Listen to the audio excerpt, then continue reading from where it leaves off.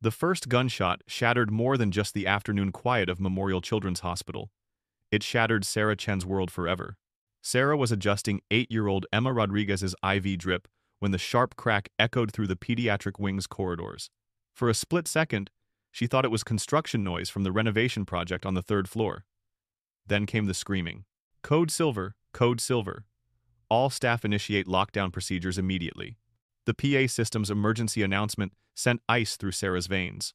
Active shooter. After 12 years as a pediatric nurse, she'd drilled for this moment dozens of times, but nothing had prepared her for the paralyzing terror that seized her chest. Emma's dark eyes went wide with confusion and fear. The little girl had been in the hospital for 3 days, following complications from leg surgery, and her mother had just stepped out to get coffee from the cafeteria.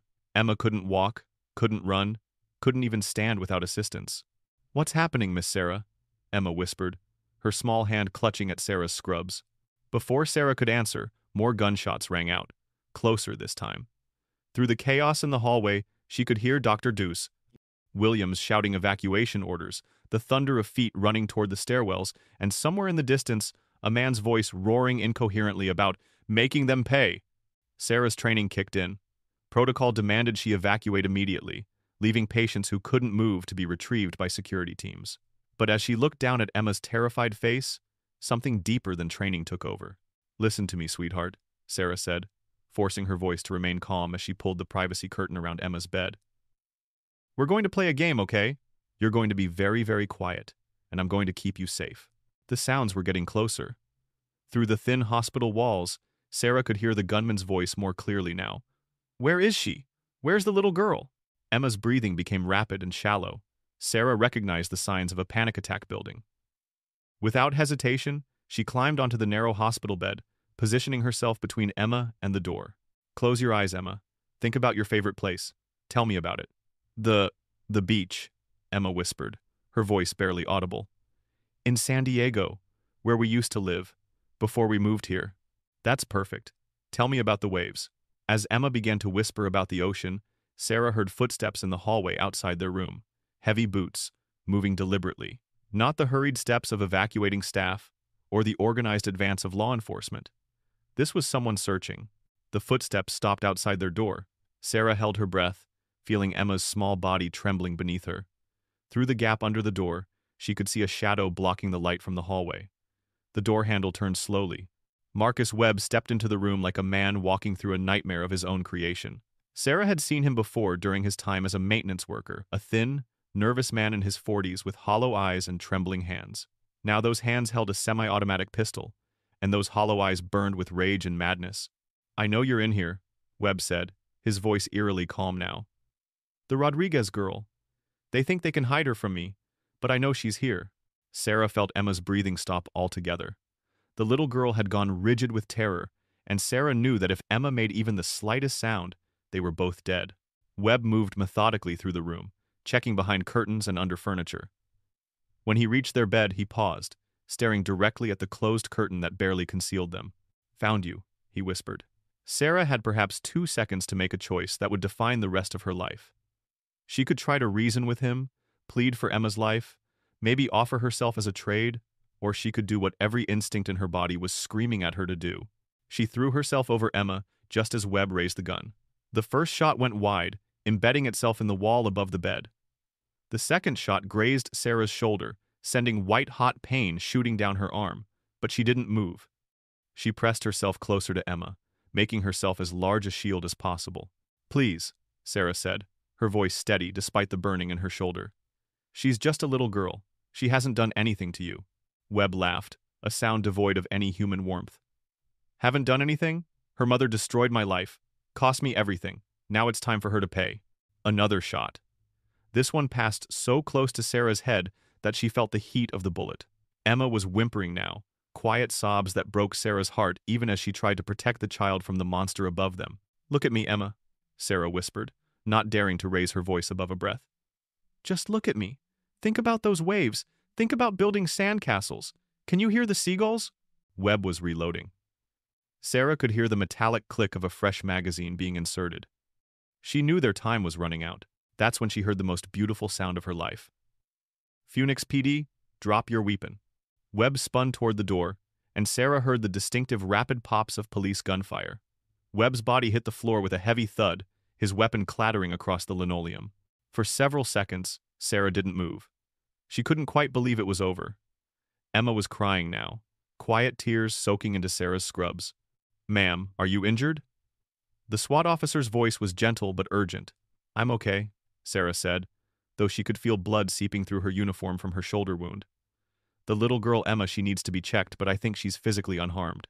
As paramedics and officers filled the room, Sarah finally allowed herself to sit up. Emma immediately wrapped her small arms around Sarah's waist, clinging to her with desperate strength. "You saved me," Emma whispered. "You saved me, Miss Sarah." "Anyone would have done the same thing," Sarah replied, smoothing Emma's hair with her uninjured hand. But even as she said it, she noticed the looks the officers were giving her. The way the paramedic treating her shoulder kept shaking his head in amazement. The way Dr. Klings's examiner, that ATATHE, Williams, who had appeared in the doorway, was staring at her with an expression Sarah couldn't quite read. "Ma'am, we're going to need to get you both to the trauma center," the lead paramedic said. "That shoulder needs immediate attention." "Take care of Emma first," Sarah insisted. "Make sure she's not hurt." "Sarah, that was," Dr. Williams began, then seemed to struggle for words. "That was incredibly brave and incredibly reckless." Something in the administrator's tone made Sarah look up sharply. There was criticism embedded in that praise, a hint of disapproval that seemed wildly inappropriate given what had just happened. "I did what I had to do," Sarah said simply. As they prepared to move Emma to a different room, Sarah heard her whisper to one of the nurses. "Don't tell anyone my real last name, okay? My mommy said it's important that people don't know our real name." The nurse looked confused, but nodded. Sarah filed that odd comment away, too focused on her own injuries and the adrenaline crash that was beginning to set in. It wasn't until later, as Sarah sat in the emergency department getting stitches in her shoulder, that she overheard a conversation that would change everything. Two men in expensive suits were talking quietly with Dr. Williams near the nurse's station. Sarah couldn't hear most of their conversation, but she caught fragments. "Compromised the operation. Media attention cannot. The child's location is blown." When one of the men noticed Sarah listening, he immediately stopped talking. Both men stared at her for a long moment, their expressions cold and calculating. Then they walked away, leaving Dr. Dottersis, Williams looking pale and shaken. Sarah tried to dismiss her growing unease. She'd just survived a traumatic experience. It was natural to feel paranoid and suspicious. The men were probably hospital administrators or insurance investigators, nothing more. But as she waited for her discharge paperwork, she couldn't shake the feeling that she'd inadvertently walked into something much larger and more dangerous than a random act of violence. The feeling only intensified when Emma's mother, Maria Rodriguez, arrived at the hospital in a state of near panic that seemed disproportionate even for a mother whose child had been in mortal danger. "Where is she?" Maria demanded, her eyes wild with fear. "Is she safe? Did anyone see her? Did anyone get her name?" "She's fine, Mrs. Rodriguez," Sarah assured her. "She was very brave. You should be proud." But instead of relief, Maria's face showed something that looked almost like terror. "Did you tell anyone her name?" Maria grabbed Sarah's uninjured arm with desperate intensity. "Please, this is very important. Did you mention her last name to any reporters or police?" "No, Why would that matter?" Maria's grip tightened. "Promise me. Promise me you won't mention Emma's last name to anyone. Ever." Sarah promised, though she had no idea why it mattered. As Maria hurried away to collect Emma, Sarah noticed something else troubling. Two different men in suits were now positioned at various points throughout the emergency department, apparently doing nothing but watching. Watching her. By the time Sarah arrived home to her small apartment in Tempe, the story was already spreading like wildfire across social media. Her neighbor, Mrs. Patterson, greeted her at the door, with barely contained excitement. "Sarah, dear, you're famous. It's all over the news. Hero nurse saves child from hospital shooter. Channel 12 has been calling every 10 minutes asking for interviews." Sarah's phone had been buzzing constantly during her drive home, but she'd ignored it, still processing what had happened. Now she looked at the screen to see 47 missed calls, dozens of text messages, and hundreds of social media notifications. The local news had obtained security footage from the hospital, and while patient privacy laws prevented them from showing Emma clearly, the video of Sarah throwing herself over the child was being replayed endlessly. The images were grainy but unmistakable, a nurse risking her life to protect a patient. "Incredible act of heroism at Memorial Children's Hospital today," the Channel 12 anchor was saying as Sarah watched the coverage. Sarah Chen, a pediatric nurse with 12 years of experience, used her own body as a human shield to protect an 8-year-old patient during today's tragic shooting. Chen sustained a gunshot wound, but refused medical treatment until the child was safely relocated. Sarah winced. She hadn't refused medical treatment, she'd simply insisted Emma be checked first. The media was already embellishing the story. Her boyfriend, Detective Mike Torres, arrived an hour later with takeout food and a worried expression. Mike was everything Sarah admired in a person: steady, honest, completely dedicated to protecting others. They'd been together for 2 years, and Sarah had been beginning to think he might be the one. "How are you holding up?" Mike asked, setting the bags on her kitchen counter and pulling her into a careful embrace that avoided her injured shoulder. "I'm okay. Confused, maybe. It all happened so fast." Mike nodded, but Sarah could see concern in his dark eyes that went beyond worry for her emotional well-being. "Sarah, I need to ask you something, and I need you to be completely honest with me. Did you know Marcus Webb before today?" The question caught Sarah off guard. "Know him? I mean, I'd seen him around the hospital when he worked maintenance, but we never spoke. Why?" "The investigation is complicated. Webb's attack wasn't random. He specifically asked about the Rodriguez girl when he entered the pediatric wing. That suggests he knew she was there." Sarah remembered Webb's words. "Her mother destroyed my life." But she kept that detail to herself for now, unsure why. "Mike, there's something else. After the shooting, I overheard some men in suits talking to Dr. Williams.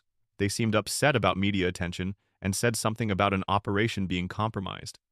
And Emma's mother was terrified that I might have mentioned Emma's last name to reporters." Mike's expression grew troubled. "What exactly did they say?" Before Sarah could answer, her phone rang. The caller ID showed a number she didn't recognize. "Miss Chen? This is Janet Morrison from the Arizona Republic.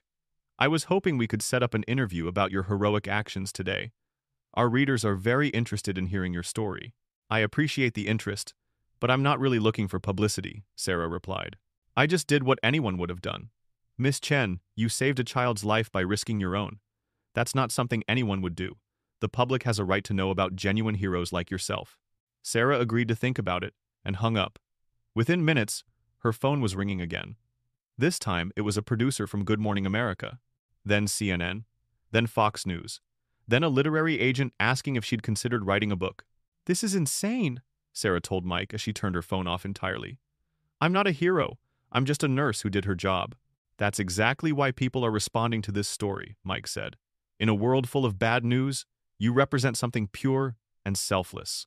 But Sarah's instincts were telling her that something was wrong with all this attention.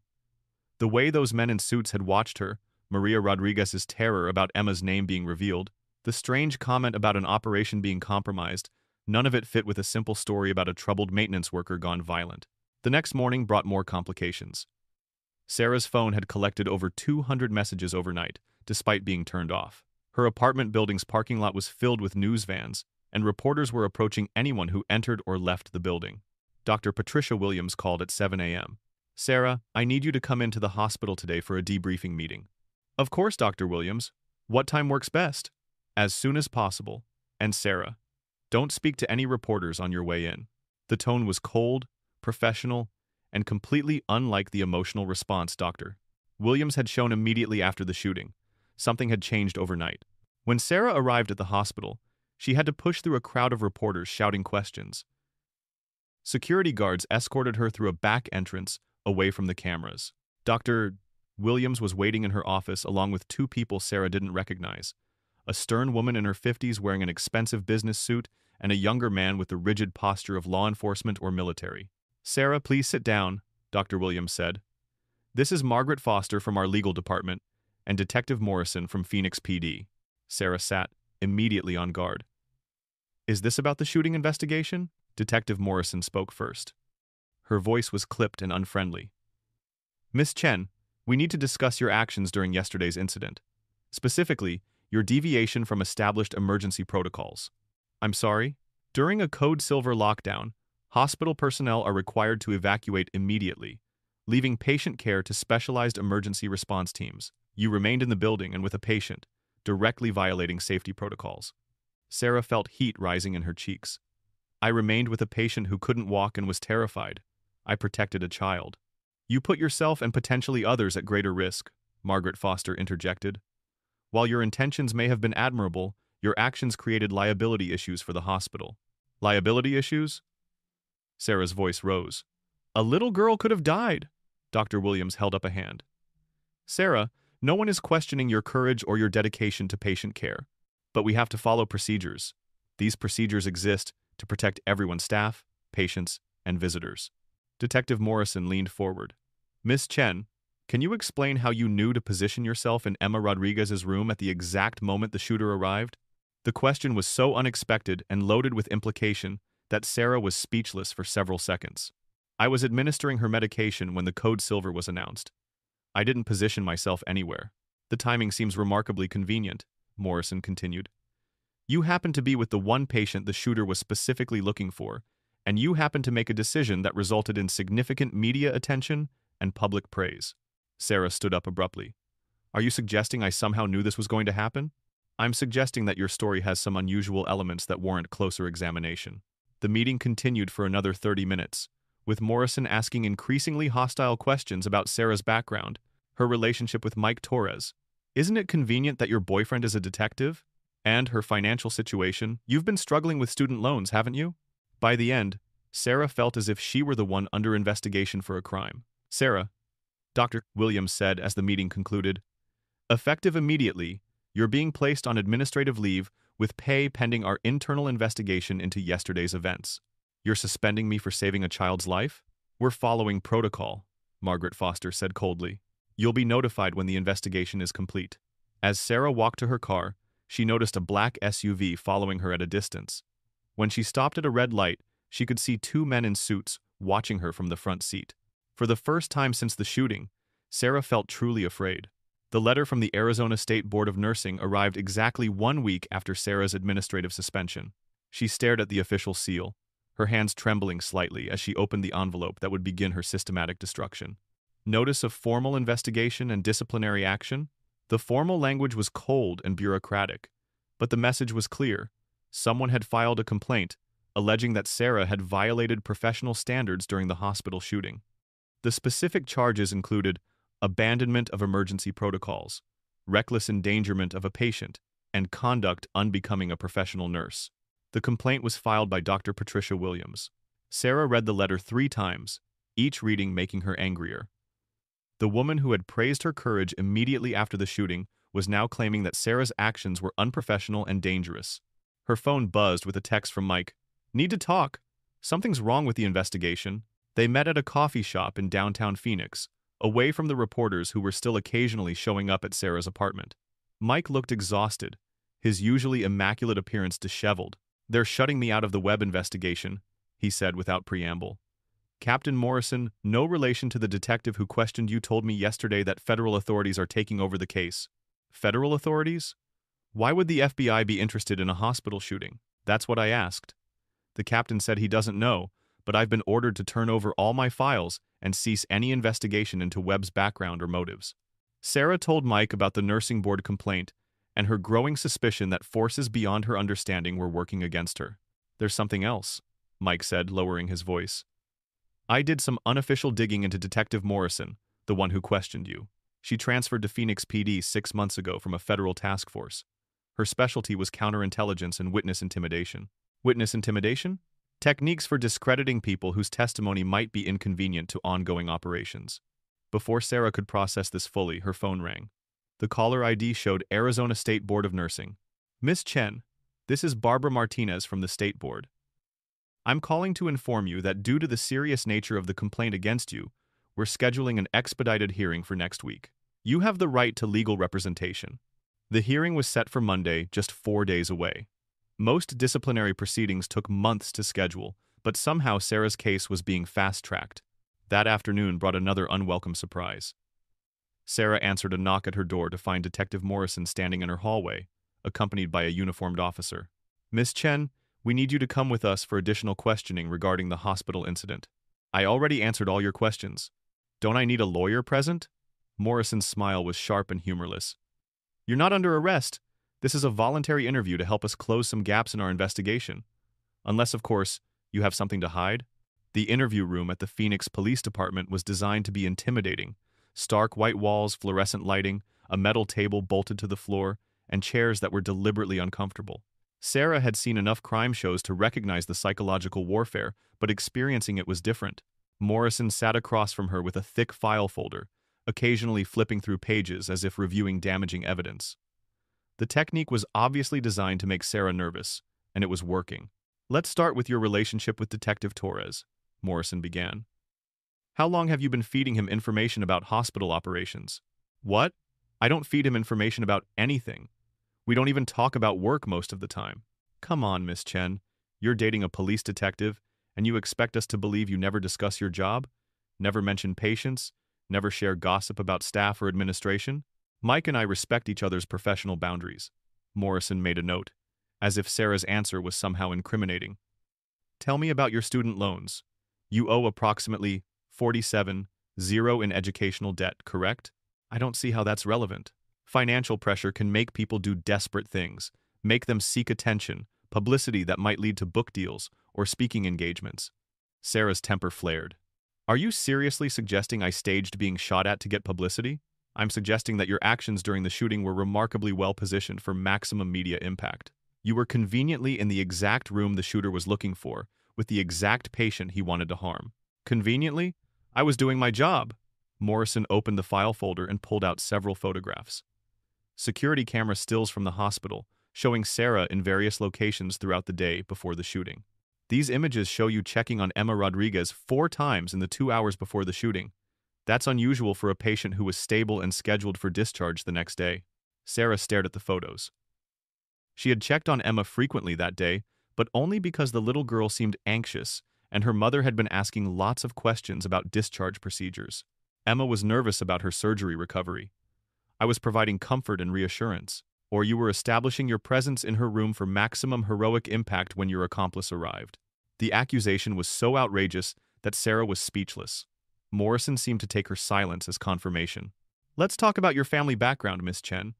Your father immigrated from Taiwan in 1983.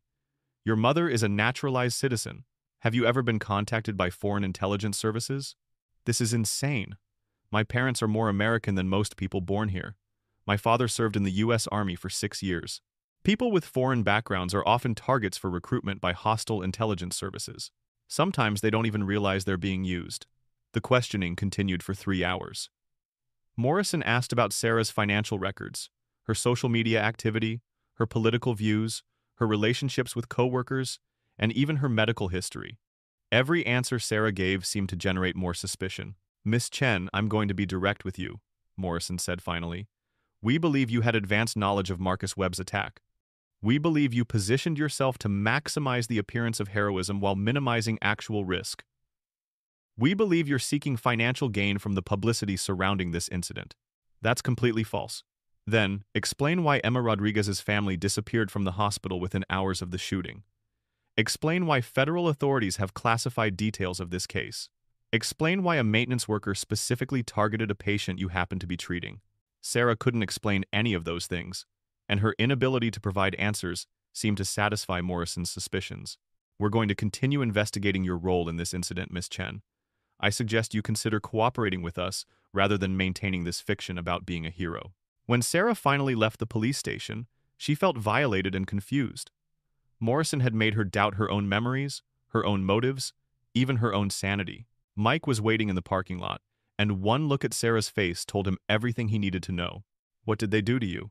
"They think I was involved somehow. They think I knew about the shooting in advance." Mike pulled her into his arms, and Sarah finally let herself cry not from physical pain, but from the emotional brutality of being treated like a criminal for saving a child's life. "This isn't right," Mike said. "Something is very wrong here." That evening, Sarah received 2 more pieces of devastating news. First, a certified letter from a high-powered law firm in Washington, D.C., demanding that she cease all public statements about the hospital shooting and threatening legal action if she mentioned Emma Rodriguez by name in any interview or social media post. Second, a call from her apartment manager informing her that several tenants had complained about the disruption caused by media attention and suggesting that she might be more comfortable living elsewhere when her lease expired at the end of the month. The message was clear. Powerful people wanted Sarah Chen to disappear, and they were willing to destroy her life to make that happen. As Sarah sat in her apartment that night, Surrounded by get-well cards and flowers from supporters who still believed she was a hero, she made a decision that would either save her or complete her destruction. She was going to find out why saving Emma Rodriguez had made her so many powerful enemies. And she was going to fight back. The confrontation Sarah had been dreading finally came on a Thursday evening as she walked to her car after a brutal day of job hunting. Her nursing license was still under review. The hospital had made it clear she wasn't welcome back, and 3 potential employers had suddenly found reasons not to hire her after conducting initial interviews. The parking garage beneath her apartment building was dimly lit and mostly empty at 7 p.m. Sarah was fumbling for her keys when she heard footsteps behind her, too measured and deliberate to be casual. "Miss Chen?" She turned to see 2 men in dark suits approaching. Both were tall, fit, and carried themselves with the rigid posture of federal agents. The older of the 2, a Korean-American man in his 40s with cold eyes, held up a leather wallet displaying official identification. Special Agent David Kim, United States Secret Service. "This is Special Agent Rachel Torres. We need to discuss Emma Rodriguez." Sarah's heart began racing. "I don't understand. What does the Secret Service want with a hospital shooting?" "Not here," Agent Torres said, glancing around the garage. "There's a coffee shop 3 blocks north. Meet us there in 10 minutes. "And if I refuse?" Agent Kim's expression didn't change. "Then we'll have this conversation at the federal building downtown, which would be much less pleasant for everyone involved." The coffee shop was nearly empty, which Sarah suspected was not a coincidence. The agents had chosen a corner table where they could see all the exits and speak without being overheard. Agent Kim wasted no time on pleasantries. "Miss Chen, what we're about to tell you is classified information that could result in federal charges if you discuss it with anyone. Are we clear?" Sarah nodded, though her hands were shaking as she picked up her coffee cup. "Emma Rodriguez is not her real name," Agent Torres began. "Her actual name is Emma Castillo. She's the daughter of federal judge Maria Castillo, who has been living under witness protection for the past 8 months. The words hit Sarah like a physical blow. Witness protection. That explained Maria's terror about Emma's name being revealed, the mysterious men in suits, and the federal involvement in what should have been a local investigation. Judge Castillo presided over the prosecution of the Morales drug trafficking organization last year, Agent Kim continued. She sentenced 3 high-ranking cartel members to life in prison and ordered the forfeiture of over $200 million in assets. The cartel issued death threats against her and her family. "So you relocated them," Sarah said, beginning to understand. "We relocated them. New identities, new city, complete separation from their previous life. It was working perfectly until you made Emma famous." Agent Torres leaned forward. "Marcus Webb wasn't a disturbed maintenance worker seeking random revenge, Miss Chen. He was hired by cartel associates to eliminate Judge Castillo's daughter. The attack was designed to look random to avoid federal investigation." Sarah felt sick. "But he was an employee. He worked at the hospital. He worked at the hospital for 6 weeks, specifically to gain access and intelligence about the Castillo family's routine. His real name was Marcus Vega, and he had connections to the Morales organization." The implications crashed over Sarah like a wave. "My protecting Emma." It exposed their location. "More than that," Agent Kim said coldly. "Your heroic actions and the resulting media attention made Emma's face and story known to millions of people. Every news report, every social media post, every interview request, it all served as a beacon telling the cartel exactly where to find Judge Castillo's daughter." Sarah's voice was barely a whisper. "Where are they now?" "Relocated again, at enormous expense and risk. But the damage is done. Emma's face has been broadcast around the world. Her mother's reaction to the shooting was captured on hospital security footage. Finding them again is now just a matter of time and resources." Agent Torres pulled out a manila folder. "This is why we're here, Miss Chen. We need your cooperation to minimize the ongoing damage." Sarah opened the folder to find newspaper clippings, social media printouts, and transcripts of interviews she'd never given. Someone had been systematically spreading her story, keeping it in the public eye. "We need you to publicly recant your version of events," Agent Kim said. "Admit that you exaggerated your role for attention. Say you were confused by the trauma and that your actions weren't as heroic as initially reported. You want me to lie? We want you to save lives. Judge Castillo isn't the only federal witness under our protection. Your story has inspired copycat attention seekers who are putting other protected families at risk by trying to become heroes themselves." Sarah stared at the agents, trying to process what they were asking. "I saved a child's life. You want me to say I didn't? You compromised a federal operation and endangered multiple families? Agent Kim snapped, his professional facade slipping. Your 15 minutes of fame have cost the taxpayers millions of dollars and put innocent people in mortal danger. I didn't know. You didn't need to know. You needed to follow protocol and evacuate like every other hospital employee. Agent Torres tried a softer approach. Miss Chen, we understand this is difficult, but you have to see the bigger picture. One child's life. A life that was saved, thanks to you, versus the lives of dozens of other families in witness protection. Sarah's mind was reeling. Everything made sense now, the hostile questioning, the nursing board complaint, the legal threats, even Detective Morrison's background in witness intimidation. It had all been designed to discredit her and make her story seem unreliable. You've been destroying my life, she said. The suspension, the investigation, Detective Morrison's harassment, it was all you. Agent Kim didn't deny it. We tried subtle approaches first, encouraging you to avoid media attention, having the hospital suggest you maintain a low profile, but you kept talking to reporters, kept accepting interviews. I gave 3 brief statements and declined dozens of interview requests. 3 statements too many. Every time your name appears in print, it reminds people about Emma Rodriguez and keeps the story alive. Agent Torres opened another folder. This is what we're offering, Miss Chen. Full cooperation from us in clearing your name with the nursing board. A positive recommendation to potential employers. Financial compensation for your cooperation. A fresh start. And if I refuse? Agent Kim's expression turned arctic. Then you'll face federal charges for obstruction of justice and interfering with a federal investigation. Your nursing license will be permanently revoked. Detective Torres will be investigated for his relationship with you. Your parents' immigration history will be reviewed for any irregularities. The threat was clear and comprehensive. Sarah felt trapped, cornered by forces far more powerful than anything she'd ever confronted. I need time to think about this. You have 24 hours, Agent Kim said, standing. After that, the offer expires, and we move to less pleasant alternatives. As the agents prepared to leave, Sarah found her voice again. Can I ask you something? Do you have any idea what it feels like to be 8 years old and terrified, watching someone try to kill you? Agent Torres paused. Miss Chen, because I do. I held that little girl while she shook with terror. I felt her tears on my shirt. I was willing to die to keep her safe. And now you want me to pretend that didn't matter? Agent Kim turned back, his face flushed with anger. What matters, Miss Chen, is protecting the integrity of federal operations and the safety of multiple families. Your sentimental attachment to one dramatic moment is clouding your judgment about the larger consequences. My sentimental attachment? I call it being human. Being human is a luxury we can't afford in this business.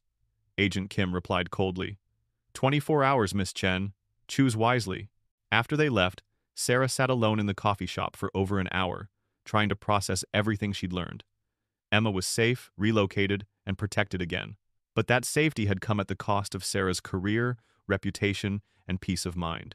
She thought about the little girl's frightened whispers about the beach in San Diego, about the way Emma had clung to her after the shooting, about the innocence in those dark eyes that had trusted Sarah completely. She thought about Judge Castillo, a woman brave enough to stand up to drug cartels and sentence them to life in prison, now forced to live in hiding with her daughter. She thought about other families in witness protection, other children who might be endangered if Sarah's story inspired the wrong kind of attention. And she thought about the agents' threats, the systematic destruction of her life, and the message they were sending: heroism that inconveniences federal operations will not be tolerated. By the time Sarah walked home, she had made her decision. She was not going to lie about saving Emma Castillo's life, even if it destroyed her. Sarah's defiance unleashed a storm of retaliation that began within hours of her missed deadline with the Secret Service. It started subtly: a notice from her credit card company about irregular activity that resulted in her account being frozen, followed by a call from her auto insurance provider questioning the validity of a claim she'd never filed. By the end of the week, Sarah's life was unraveling with surgical precision. The first major blow came from the IRS. A certified letter arrived announcing a comprehensive audit of her tax returns for the past 7 years. The letter cited discrepancies in reported income and potential unreported assets that required immediate documentation. Sarah stared at the pages of forms and demands for receipts, knowing she had never earned enough as a nurse to warrant such scrutiny. This is harassment, she told Mike, as they sat at his kitchen table, surrounded by boxes of financial records she'd never imagined she would need. I've never made more than $52,000 a year, What possible discrepancies could there be?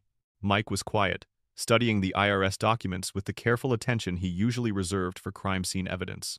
Sarah, these audit triggers don't happen randomly. Someone with serious influence requested this. The persecution accelerated rapidly after that. Sarah's bank called to inform her that her accounts were being frozen, pending investigation into suspicious deposits. When she asked what deposits, they cited a 500 electronic transfer from 6 months ago, her birthday gift from her grandmother. Mrs. Chen, we're required to report any unusual activity to federal authorities, the bank manager explained when Sarah visited in person. The transfer was flagged by our automated systems as potentially connected to money laundering. It's a birthday gift from my grandmother. She's 83 years old and lives in a retirement home. I understand your frustration, but we have to follow federal guidelines.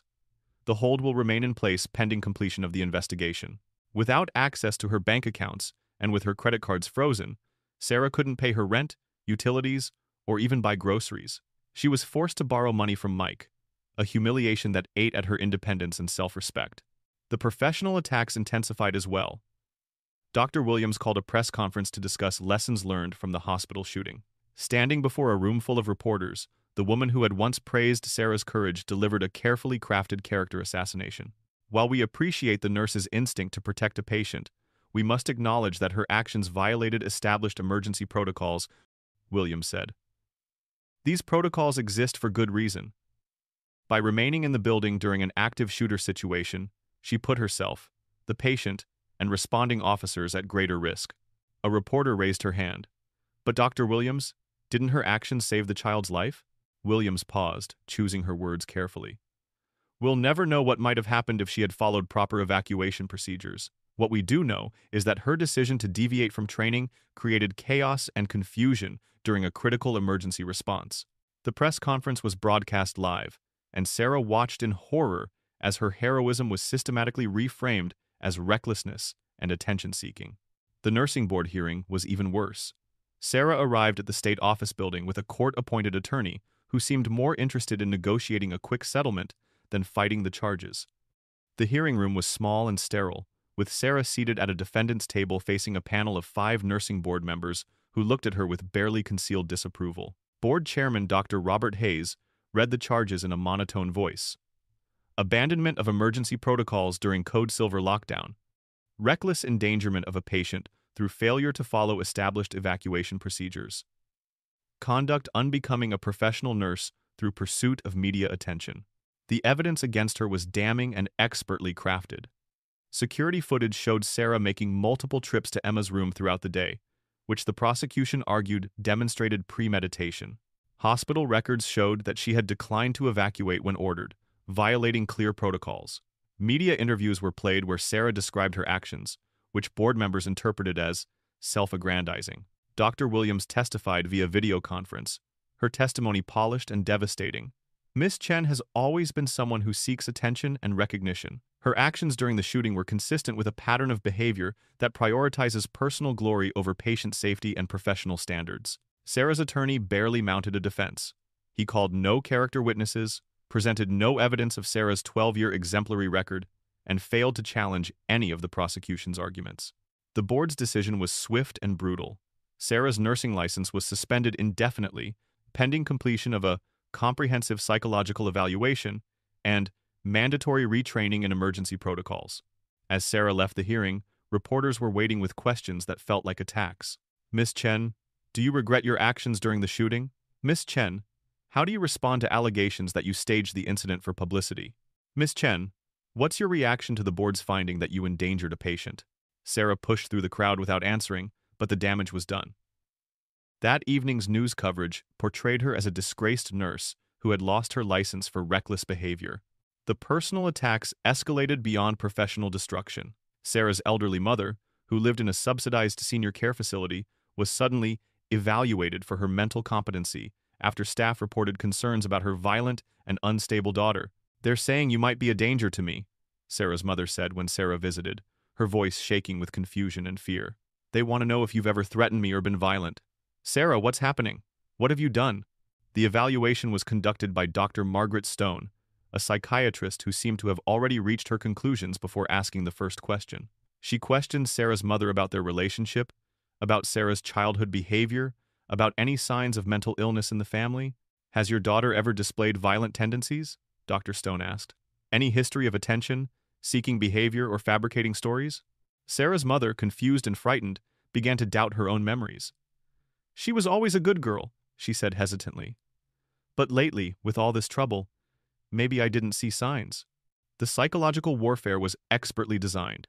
Every institution Sarah trusted, every relationship she valued, every aspect of her identity was being systematically attacked. The message was clear. This is what happens to people who refuse to cooperate with federal authorities. Detective Morrison escalated her harassment as well, calling Sarah in for questioning twice more. Each session was more aggressive than the last, with Morrison presenting new evidence that painted Sarah in an increasingly sinister light. We've discovered that you researched Marcus Webb's background 3 weeks before the shooting, Morrison said during their final confrontation, sliding a printout across the table. Sarah stared at the document, a computer log, showing searches for Webb's name from her work computer. That's impossible. I never researched him. The hospital's IT department provided this evidence voluntarily. Your computer, your login credentials, your searches. Someone is framing me. Morrison's smile was sharp with satisfaction. That's what guilty people always say, Miss Chen. The evidence doesn't lie, even when you do. The fabricated evidence was sophisticated and comprehensive. Computer logs, security footage, witness statements, all carefully constructed to support a narrative of premeditation and conspiracy.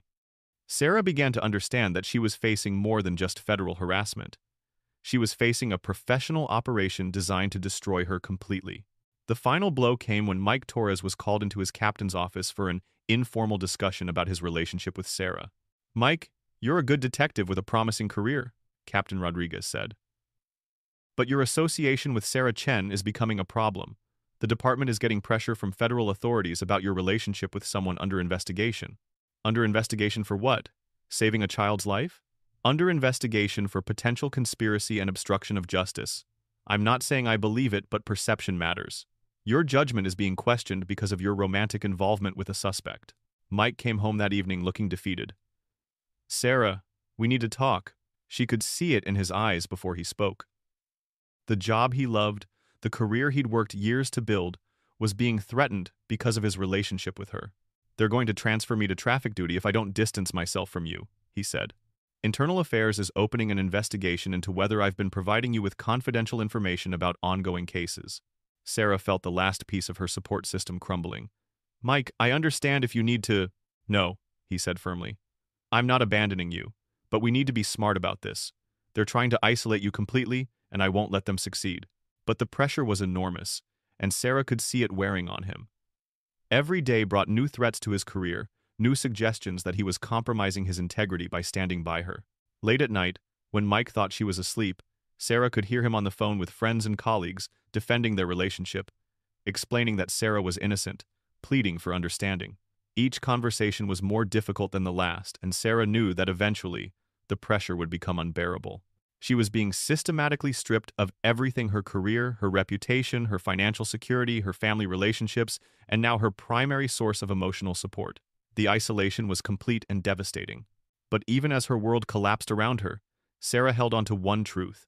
She had saved Emma Castillo's life, and no amount of persecution could change that fact. She just hoped she would survive long enough for that truth to matter. The arrest came at 6 a.m. on a Tuesday morning, precisely calculated to maximize humiliation and break Sarah's remaining spirit. She was staying at Mike's apartment, having lost her own place when the frozen bank accounts made paying rent impossible. The sound of heavy boots on the stairs and aggressive pounding on the door jolted both of them from sleep. "Phoenix Police, we have a warrant!" Mike opened the door to find 6 officers in tactical gear, led by Detective Morrison, who couldn't quite suppress her satisfaction as she held up the arrest warrant. "Sarah Chen, you're under arrest for conspiracy to commit assault, obstruction of justice, and making false statements to federal investigators." The charges were fabricated but sophisticated. As Morrison read Sarah her rights, she explained that the district attorney's office had received compelling evidence of Sarah's involvement in planning the hospital shooting. Computer records, witness statements, and financial transactions all pointed to a coordinated effort to stage a heroic incident for personal gain. "You have the right to remain silent," Morrison continued, her voice dripping with mock professionalism. Though, I'm sure someone who loves attention as much as you do will find that difficult. Mike tried to intervene. Janet, this is insane. You know Sarah had nothing to do with planning that shooting. Detective Torres, I suggest you step back and let us do our job. Unless you'd like to be included in this investigation as a co-conspirator? The threat was clear. Mike stepped aside, his face a mask of helpless rage as Sarah was handcuffed and led away in her pajamas. The perp walk was orchestrated for maximum media impact. Somehow, reporters and cameras were waiting outside Mike's apartment building as Sarah was escorted to the police car. The images Sarah in handcuffs, disheveled and frightened, would be broadcast within hours, completing her transformation from hero to villain in the public consciousness. Fallen hero nurse arrested in hospital shooting conspiracy. Read the banner headline on Channel 12's breaking news coverage. Sarah Chen, once praised for protecting a child during a hospital shooting, now faces serious charges related to planning the incident.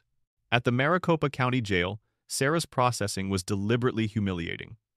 The guards had clearly been briefed about her case and treated her with open hostility.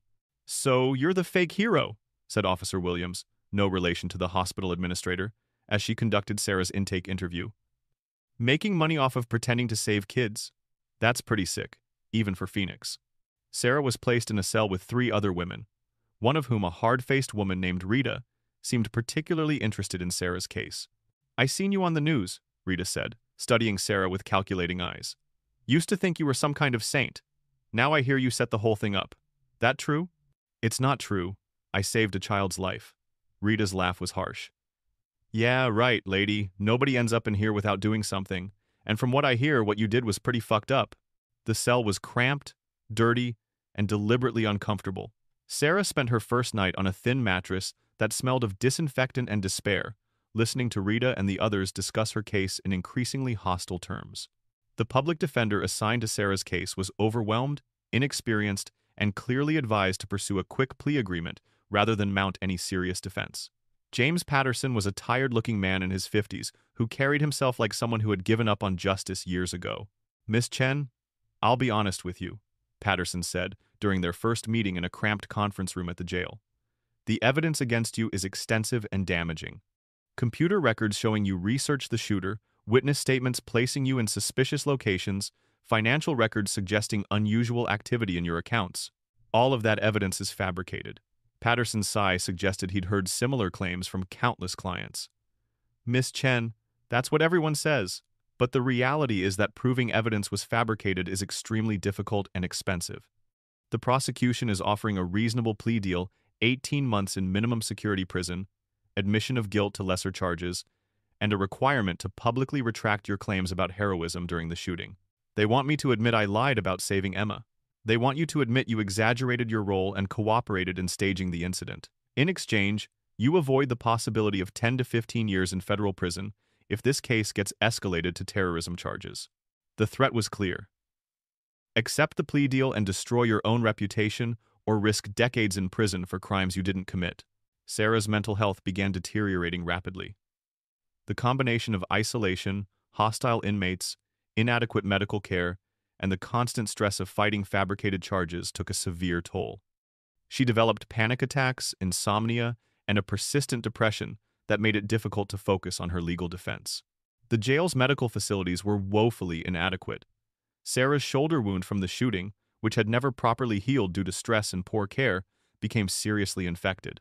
She was taken to the prison medical ward, where an overworked physician's assistant diagnosed cellulitis and prescribed antibiotics, but warned that permanent nerve damage was possible without proper surgical intervention. "You should have taken better care of this," the PA said, examining the angry red streaks spreading from Sarah's shoulder. "This kind of infection can be life-threatening if it reaches your bloodstream." Sarah lay in the medical ward bed, barely able to move her left arm, and wondered if this was how it would end, dying from an infection in a jail cell, while the world believed she was a fraud who had staged her own heroism. Mike tried to visit, but the jail's policies made it nearly impossible. When he finally got approved for a visit after 2 weeks, Sarah barely recognized herself in the reflection of the security glass. She had lost weight, her skin was pale and drawn, and her eyes held a hollow quality that frightened them both. "Sarah, Jesus Christ, what are they doing to you in here?" "I'm fine," she lied, not wanting to worry him more than he already was. "How are you holding up?" Mike's face was haggard. I've been suspended pending investigation. Internal Affairs thinks I might have helped you plan the shooting by providing inside information about hospital security. The systematic destruction was nearly complete. Sarah's career was gone, her reputation was destroyed, her health was failing, and now the man she loved was being punished for standing by her. Mike, you need to distance yourself from me. This is only going to get worse. Don't even think about it. We're going to fight this. But Sarah could see the doubt creeping into his eyes. The constant pressure, the fabricated evidence, the institutional certainty that she was guilty, it was designed to make even her closest supporters question their faith in her innocence. That night, alone in her cell with Rita snoring loudly on the bunk below, Sarah experienced her lowest moment. She found herself wondering if everyone was right. Maybe her memory of the shooting was flawed. Maybe she had somehow contributed to the incident without realizing it. Maybe she deserved this punishment.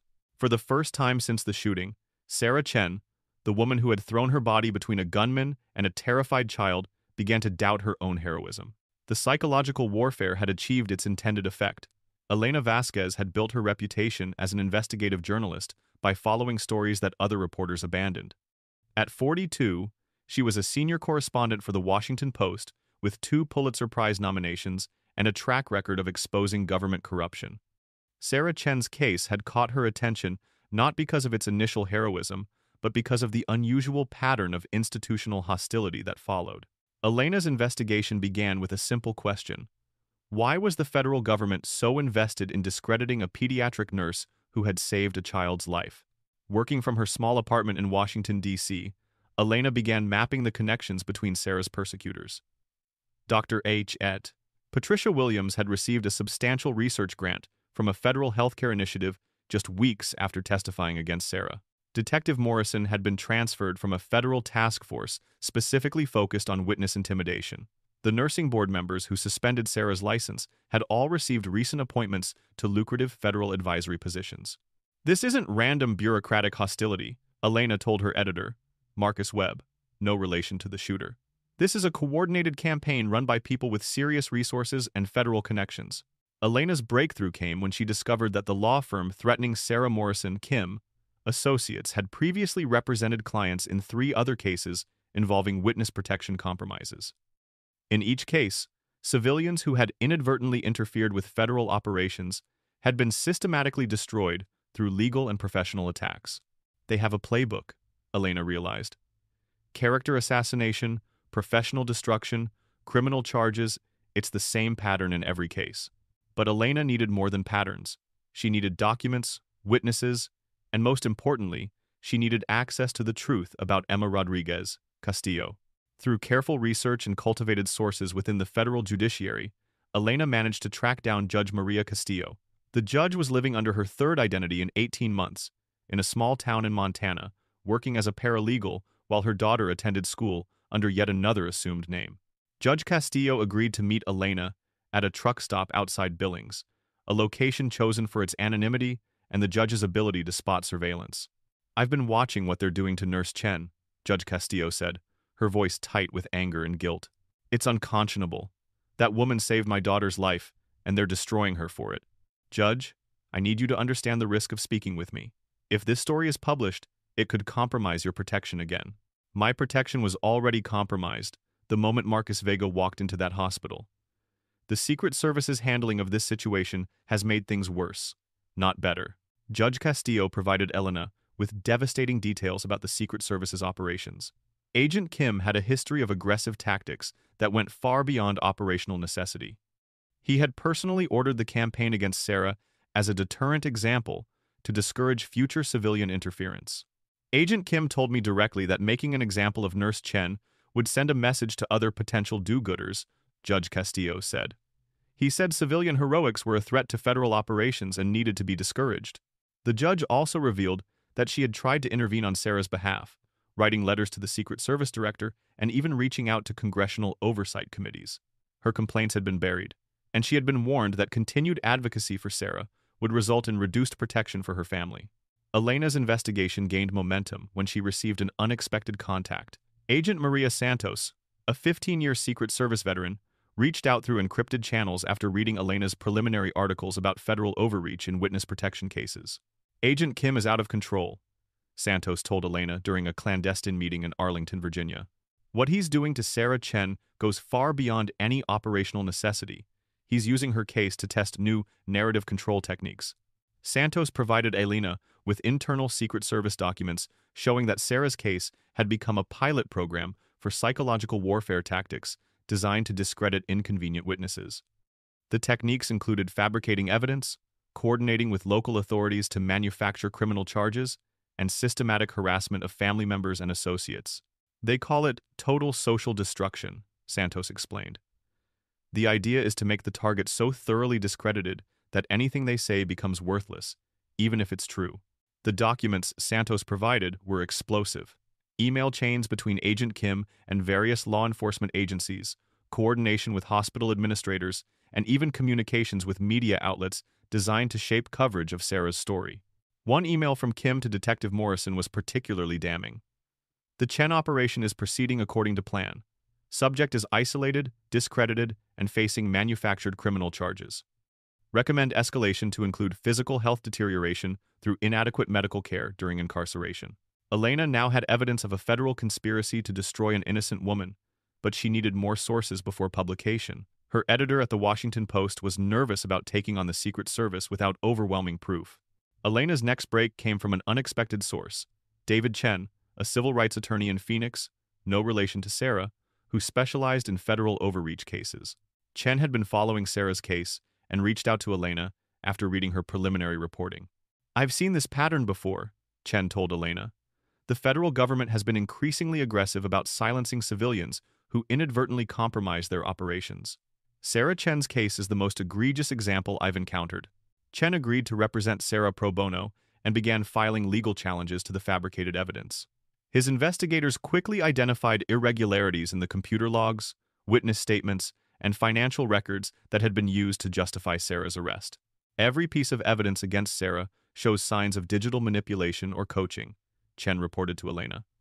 The computer logs were backdated, the witnesses have connections to federal agencies, and the financial irregularities were created by transferring small amounts into and out of her accounts to create suspicious patterns. Elena's article was finally published on a Sunday morning with the headline, "The Secret War Against a Hero Nurse: How Federal Agents Destroyed a Woman Who Saved a Child's Life." The 4-0-word exposé detailed the entire conspiracy, from Emma Castillo's true identity to Agent Kim's experimental psychological warfare tactics. Elena had corroborated every major claim with multiple sources and supporting documentation. The public response was immediate and explosive. Within hours, Justice for Sarah Chen was trending on Twitter with over 500 posts. The article was shared millions of times across social media platforms. News outlets around the world picked up the story. "Hero Nurse Victim of Federal Conspiracy," read the banner headline in USA Today. CNN led their evening news with Elena's reporting. Even Fox News, typically supportive of law enforcement, condemned the Secret Service's tactics as un-American and totalitarian. The story resonated because it touched on fundamental American values: the right to heroism, the protection of children, and the limits of government power. Sarah Chen became a symbol of ordinary citizens standing up to institutional abuse. Public figures began weighing in. Senator Elizabeth Warren called for congressional hearings. The ACLU announced they were joining Sarah's legal defense. Nursing organizations across the country organized protests demanding her release. A GoFundMe campaign for Sarah's legal defense raised $800 in the first 24 hours. Messages of support poured in from around the world, including a video message from Emma Castillo herself, face obscured and voice altered for protection, but unmistakably the child Sarah had saved. "Miss Sarah is my hero," Emma said in the video. "She saved my life when a bad man tried to hurt me. She's not a bad person. She's the best person I know." The video, released through Elena's reporting, demolished the prosecution's narrative that Sarah had somehow staged the incident. Here was the actual victim, speaking in her own voice, confirming Sarah's heroism. Elena's investigation had accomplished what seemed impossible just weeks before.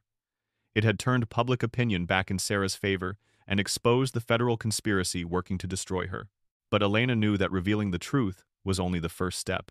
Now came the harder challenge of ensuring that truth led to justice.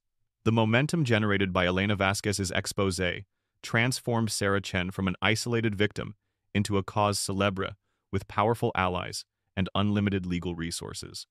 Within 48 hours of the article's publication, attorney David Chen had assembled a team of 8 lawyers specializing in federal civil rights violations, government overreach, and prosecutorial misconduct. The first breakthrough came when Chen's digital forensics experts completed their analysis of the evidence used to arrest Sarah. Dr. Rebecca Morrison, no relation to Detective Morrison, a nationally recognized expert in digital evidence authentication, delivered a devastating report to the court. Every piece of electronic evidence against Miss Chen shows clear signs of digital manipulation. Dr. Morrison testified at an emergency hearing. The computer logs allegedly showing her researching Marcus Webb were backdated using sophisticated software. The metadata reveals that these entries were created weeks after the supposed searches occurred. The financial evidence was equally fraudulent. Forensic accountants traced the suspicious deposits in Sarah's accounts to a series of automated transfers designed to create patterns that would trigger money laundering investigations. The transactions had been initiated remotely, using techniques typically employed by intelligence agencies. Judge Patricia Hendricks, who was presiding over Sarah's case, listened to the evidence with growing incredulity. "Are you telling me, Dr. Morrison, that federal agents fabricated evidence to frame this defendant?" "Your Honor, that appears to be exactly what happened. Moreover, the sophistication of the digital manipulation suggests access to law enforcement databases and specialized software that would not be available to civilians." The prosecution's case began collapsing within hours. District Attorney Robert Martinez, facing overwhelming evidence of prosecutorial misconduct, was forced to drop all charges against Sarah. In a terse statement, Martinez acknowledged that the charges were not supported by credible evidence and announced an internal investigation into how fabricated evidence had been presented to his office. Sarah's release from jail was carried live on national television. After 3 weeks of incarceration, she emerged pale and weakened but unbroken. The crowd of supporters outside the courthouse erupted in cheers as she walked toward the waiting cameras. "I want to thank everyone who believed in me when the whole world seemed convinced I was guilty," Sarah said, her voice steady despite her obvious exhaustion. "But most of all, I want people to remember that this was never about me. This was about a little girl named Emma who deserved protection, and about the principle that heroism should be celebrated, not punished." The congressional response was swift and bipartisan. Representative Lisa Martinez, chairwoman of the House Subcommittee on Federal Overreach, announced immediate hearings into the Secret Service's treatment of Sarah and demanded internal documents from the agency. "What happened to Sarah Chen represents a fundamental abuse of federal power," Representative Martinez said in her opening statement. "When government agencies use their authority to destroy citizens who act heroically, we have crossed a line that threatens the very foundation of our democracy." The Secret Service, facing unprecedented scrutiny, was forced to release thousands of internal documents under congressional subpoena. These documents revealed the full extent of Agent Kim's operations and his development of narrative control techniques designed to discredit inconvenient witnesses. Agent Kim himself was called to testify before Congress, where he faced withering questions from both Democratic and Republican representatives. "Agent Kim," Representative Martinez asked, "can you explain why you believed it was necessary to destroy the life of a nurse who saved a child?" Kim's response was defensive and tone-deaf. "Congressman, protecting federal operations requires difficult decisions. Ms. Chen's actions, while well-intentioned, compromised ongoing investigations and put multiple families at risk. So your solution was to fabricate evidence and have her arrested on false charges?" "We used appropriate techniques to manage a complex situation." The hearing room erupted in angry murmurs. Kim's clinical description of managing Sarah's destruction played perfectly into the narrative of federal overreach and abuse of power. Judge Maria Castillo's testimony was even more damaging to the Secret Service's reputation. Appearing via secure video link, the judge delivered a blistering condemnation of Agent Kim's tactics.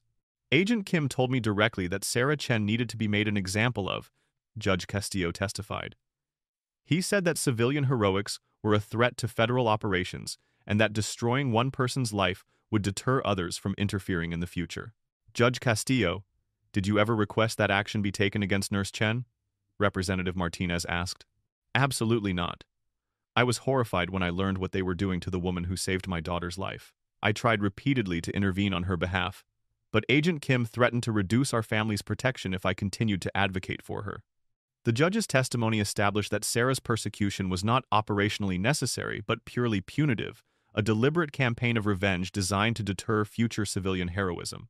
Emma Castillo, now 13 and still living under protection, provided written testimony that was read into the congressional record. Miss Sarah saved my life when I was 8 years old and very scared. She put her body between me and a bad man who wanted to hurt me.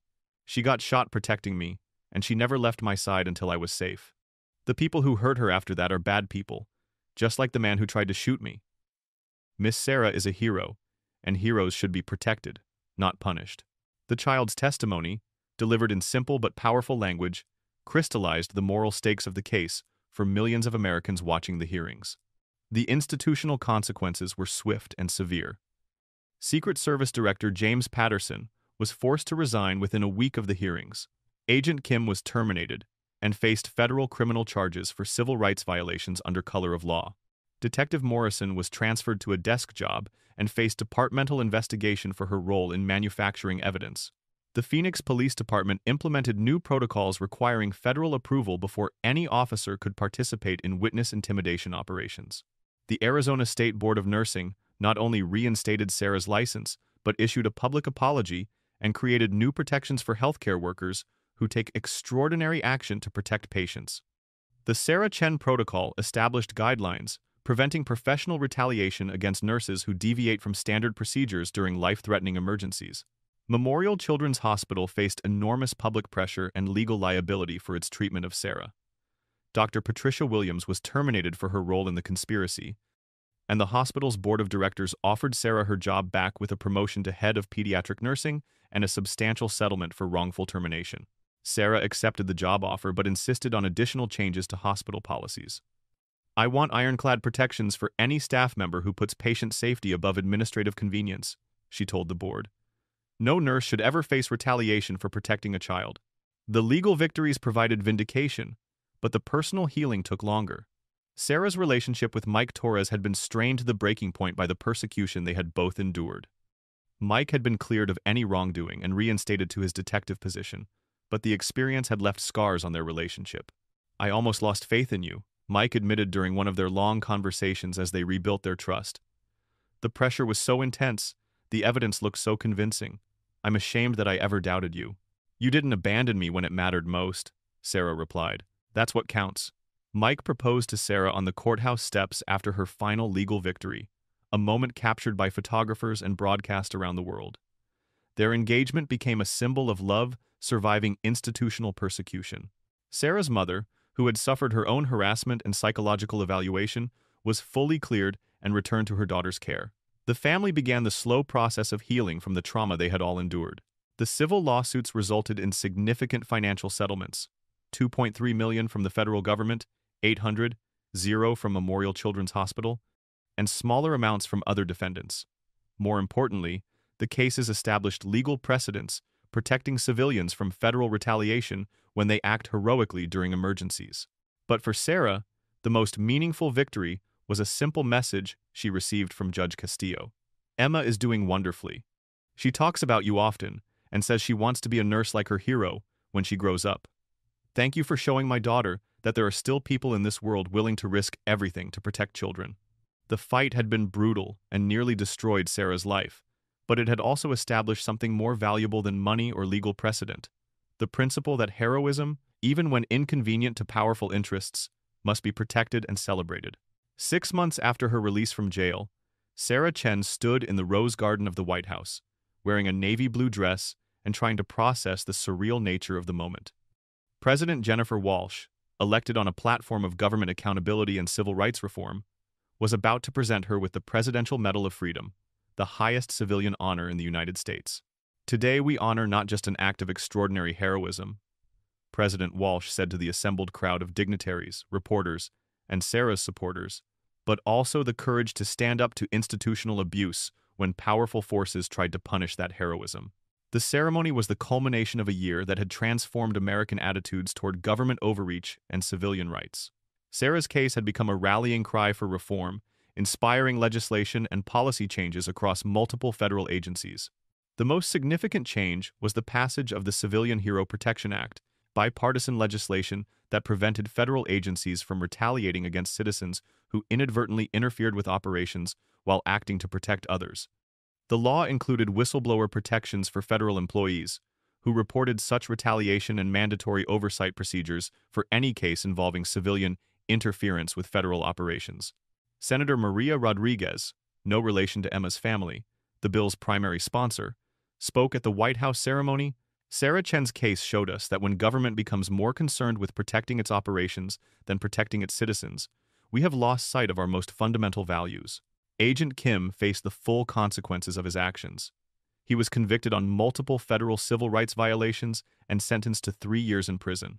During his sentencing hearing, he showed no remorse for his actions, maintaining that he had acted appropriately to protect federal operations. Ms. Chen's persecution was necessary to send a message, Kim said in his final statement to the court. Federal operations cannot be compromised by civilian sentimentality. The judge's response was withering. Agent Kim, what you call civilian sentimentality, our legal system calls heroism and human decency. Your actions represented a betrayal of every value the federal service is supposed to protect. Kim's conviction sent shockwaves through the federal law enforcement community, establishing clear legal precedent that agents could not hide behind operational necessity when persecuting innocent civilians. The institutional reckoning extended far beyond individual prosecutions. The Secret Service underwent massive reforms, with new leadership implementing strict oversight procedures for witness protection operations. The agency's narrative control programs were terminated, and agents received mandatory training on constitutional limits of federal power. Detective Morrison faced departmental discipline and was transferred to a desk job reviewing cold cases. Her role in the conspiracy made her a pariah within the Phoenix Police Department, where officers who had once respected her now viewed her as a federal stooge who had betrayed local law enforcement values. Dr. Patricia Williams lost her medical license after the nursing board investigation revealed she had perjured herself in her testimony against Sarah. The woman who had once run one of Arizona's premier children's hospitals now worked as a medical consultant for an insurance company. Her career in healthcare administration permanently ended. Memorial Children's Hospital underwent its own transformation. The new administration, led by Dr. James Patterson, no relation to the former Secret Service director, implemented comprehensive reforms designed to protect staff who prioritized patient care over administrative convenience. The Chen Protocol is now standard across our hospital system. Dr. Goat, Patterson explained during a press conference announcing the changes. Any staff member who takes extraordinary action to protect a patient will be supported, not punished. Sarah's return to work was marked by an overwhelmingly positive response from colleagues, patients, and families. Her first day back as head of pediatric nursing drew local media coverage and visits from dozens of well-wishers. "It feels good to be back where I belong," Sarah told reporters as she made her rounds through the pediatric ward. "Taking care of children has always been my calling, and I'm grateful to be able to do that again." The personal healing continued as well. Sarah's relationship with Mike Torres had not only survived the ordeal but emerged stronger. Their wedding, held at a small church in Phoenix, was attended by Judge Castillo, under heavy security, Elena Vasquez, Attorney Chen, and hundreds of supporters who had rallied to Sarah's cause. Emma Castillo, now 14 and thriving in her new life, sent a heartfelt letter that Sarah kept as one of her most treasured possessions. "Dear Miss Sarah, I heard you got married and I'm so happy for you. I think about you all the time and how you saved me when I was scared. I'm doing really good in school and I still want to be a nurse like you. My mom says you're a hero and heroes never give up, even when bad people try to hurt them. Thank you for being my hero and showing me that there are good people in the world who will protect kids like me. I hope I can meet you again someday when it's safe. Love, Emma." The letter arrived on the same day that Sarah learned she was pregnant with her first child, creating a moment of perfect symmetry that seemed to heal the last wounds from her ordeal.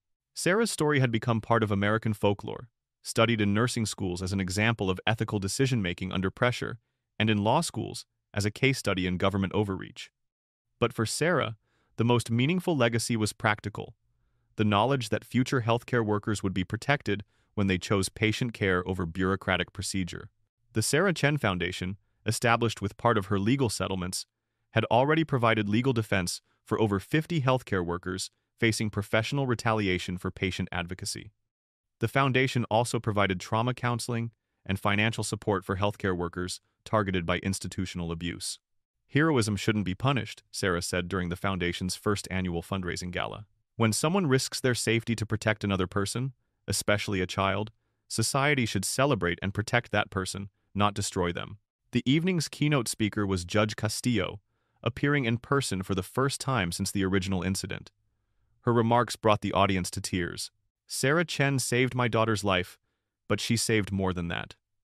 She saved the principle that ordinary people can be extraordinary when circumstances demand it. The forces that tried to destroy her were really trying to destroy that principle, to make us all too afraid to be heroes when heroism is needed. As Sarah looked out at the audience, nurses, doctors, teachers, first responders, and ordinary citizens who had been inspired by her story, she felt a sense of completion. The year of persecution had been brutal, but it had also established something valuable, a legal and cultural precedent that heroism would be protected, even when it inconvenienced powerful interests. The little girl she had shielded with her body was now a teenager with dreams of becoming a nurse herself. The man she loved stood beside her, unbroken by the pressure they had endured together. Her career was not just restored, but elevated to a position where she could protect other healthcare workers from the persecution she had survived. Most importantly, the principal Emma had learned that day in the hospital that there are good people in the world who will protect children had been validated and strengthened for future generations. Justice, Sarah reflected, sometimes took longer than expected, but it was worth fighting for. 5 years after the shooting that changed her life, Sarah Chen Torres stood in the gleaming lobby of the newly opened Castillo Children's Medical Center, watching as the final pieces of her transformed world fell into place. The hospital, funded partially by Judge Castillo, as a tribute to the nurse who had saved her daughter, represented everything Sarah had fought to protect, a medical institution where heroism was celebrated rather than punished. As the new chief nursing officer, Sarah had helped design every aspect of the hospital's operations around the principle of patient-first care. The Chen protocols weren't just emergency procedures, they were a comprehensive philosophy that protected healthcare workers who prioritized patient welfare over administrative convenience. "It's beautiful, isn't it?" said Dr. Elena Martinez, the hospital's chief of pediatrics, as she joined Sarah in surveying their domain. "A place where nurses can be heroes without fear." Sarah smiled, her hand unconsciously moving to her shoulder, where a small scar still reminded her of that terrifying day. "It's what healthcare should always be, focused on the people we serve, not the systems we work for." The opening ceremony drew dignitaries from across the country, but the most important guest was a 19-year-old nursing student named Emma Rodriguez. The identity she had reclaimed after the legal proceedings established that her family's safety was no longer compromised by publicity. Emma had grown into a confident young woman with her mother's strength and her father's gentle nature. Judge Castillo, now remarried and living openly under her real name, watched with pride as her daughter delivered the ceremony's keynote address. "When I was 8 years old, a nurse named Sarah Chen showed me what courage looks like," Emma told the audience. "She taught me that when someone needs protection, you don't think about the rules or the risks, you just act. That lesson shaped everything I wanted to become." Emma's presence at the ceremony was particularly meaningful because it represented the complete vindication of Sarah's original instincts. The child she had protected was now entering the same profession, inspired by the heroism she had witnessed firsthand. The Sarah Chen Foundation had grown beyond its original mission of providing legal defense for healthcare workers. It now operated 3 programs: legal advocacy for professionals facing retaliation, trauma counseling for healthcare workers, and educational scholarships for students from underrepresented communities entering nursing. The foundation's work had expanded nationally, with chapters in 12 states providing support for healthcare workers who faced institutional pressure for prioritizing patient care.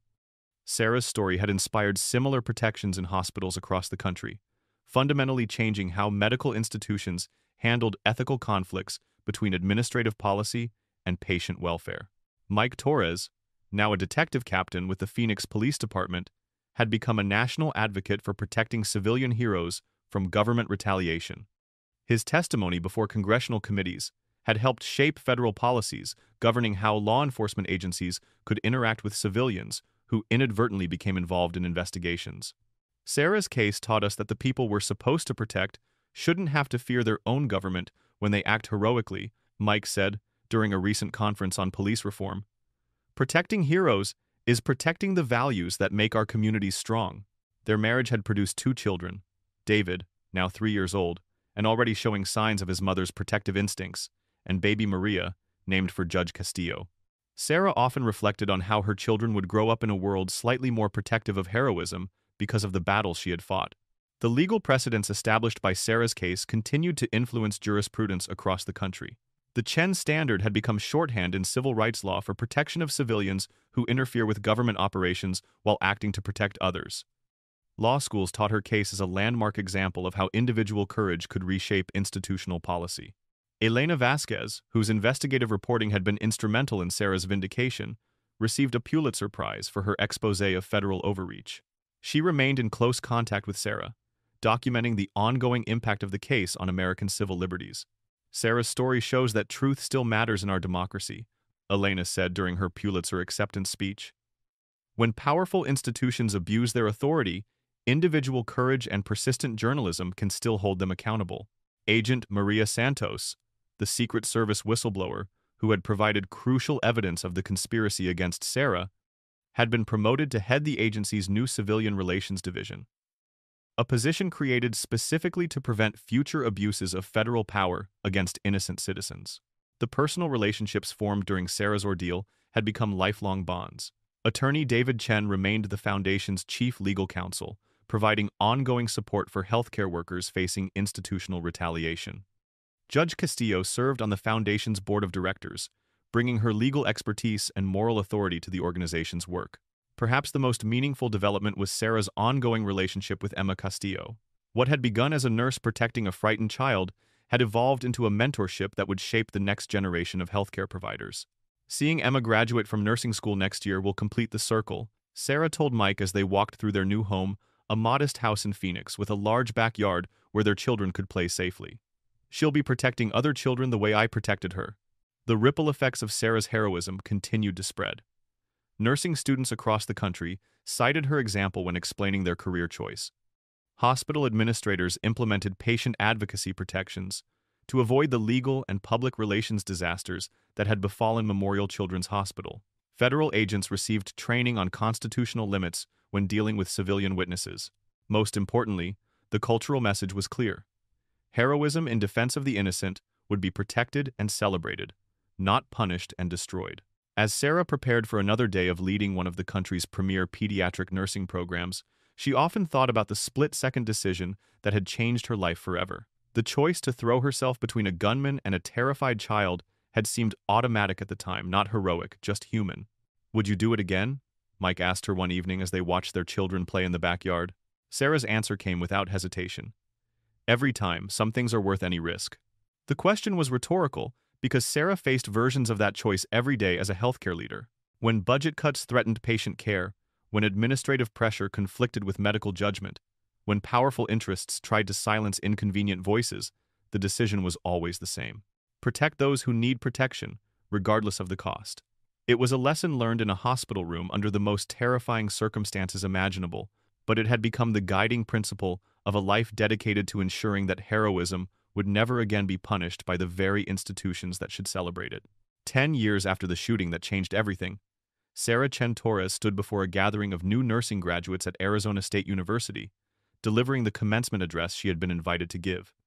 In the audience sat Emma Rodriguez Castillo, now Dr. Rodriguez Castillo, a pediatric nurse practitioner preparing to join the staff at Castillo Children's Medical Center. Some of you will face moments in your career when you have to choose between following procedure and protecting a patient, Sarah told the graduating class. When that moment comes, remember that our first obligation is always to the people in our care, especially the most vulnerable. The Chen Foundation had provided legal protection for over 400 healthcare workers in its first decade, fundamentally changing how medical institutions approached ethical conflicts. The Chen Standard was now standard training in nursing schools nationwide. Agent Kim had been released from federal prison the previous year, unrepentant and unemployable in law enforcement. Detective Morrison had retired quietly, her career effectively ended by her role in the conspiracy. Sarah's children, now 13 and 10, understood that their mother was famous for saving a child's life and then fighting to protect the right to heroism itself. The simple truth remained: some things are worth any price.